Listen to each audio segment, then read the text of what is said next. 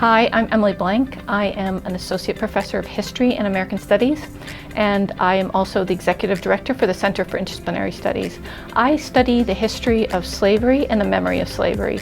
My current project that I'm working on is about Juneteenth, which is another African American holiday.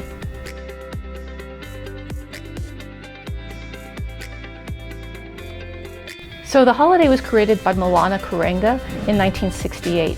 He called it Kwanzaa after the word for first fruits in Swahili. The actual term is Matunda ya Kwanzaa. Kwanzaa actually only has one A. He added another A because 7 is a sacred number, and he wanted the word to have 7 letters.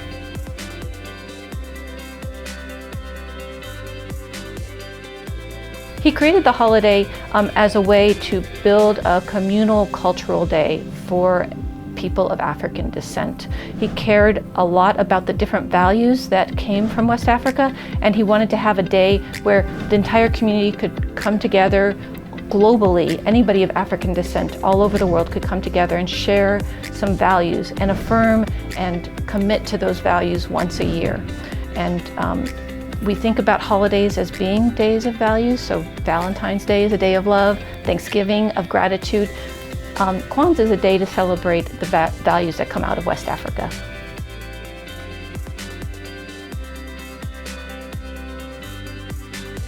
So Kwanzaa lasts 7 days, and it lasts for such a long time because each day represents one of those principles that comes out of West Africa. Those 7 principles are called Nguzo Saba. Those 7 principles are Umoja, which is unity, Kajikakila, which is self-determination, Ujima, which is collective work, Ujama, which is cooperative economics, Nia, which is purpose, Kuumba, creativity, and Imani, which is faith. So each of those days, you think about and celebrate and focus on each of those holidays.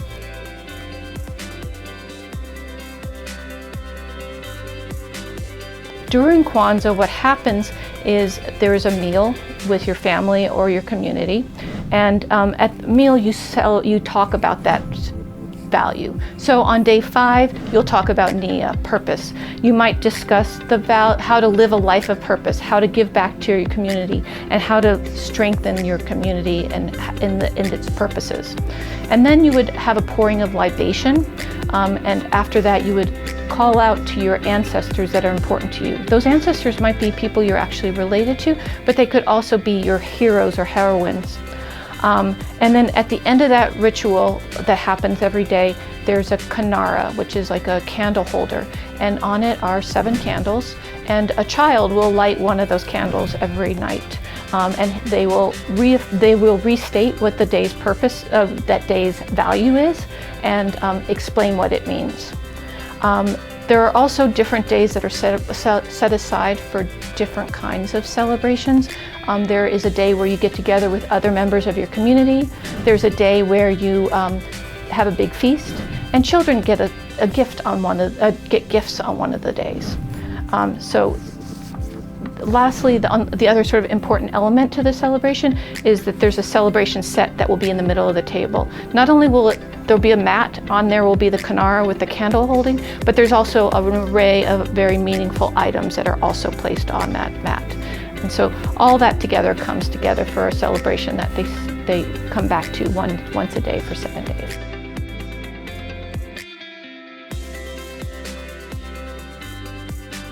Anybody can celebrate Kwanzaa, but how you celebrate might depend on where you're celebrating it. So if it's a public celebration, then you would want to allow people of African descent to be the people involved with the ritual aspects of Kwanzaa. However, if you're welcome to celebrate it, anyone's welcome to celebrate in their own home. And in your own home, anybody can do the rituals, anybody is invited to really embody those really important values that come out of that West African tradition.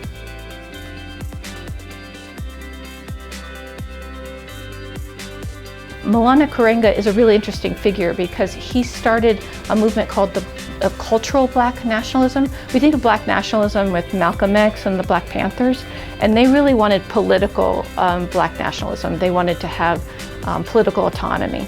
But what he wanted to do, and he thought that Black liberation would come forward when Black folks really understood their history and their culture and affirmed it every year. And so Kwanzaa was like this tangible manifestation of that. Every year, you're going to be reminded of your history and culture. The other thing I wanted to point out was that children are given gifts, but they're not given an Xbox. They're given gifts that are really meaningful toward sort of the principles of Kwanzaa. So almost always they're given a book of some sort, but then they might be given other homemade items that remind them of their ancestry and their African history. And then lastly, there was a Kwanzaa stamp in 1997. Okay. There's a few fun facts. Fun fact, exactly.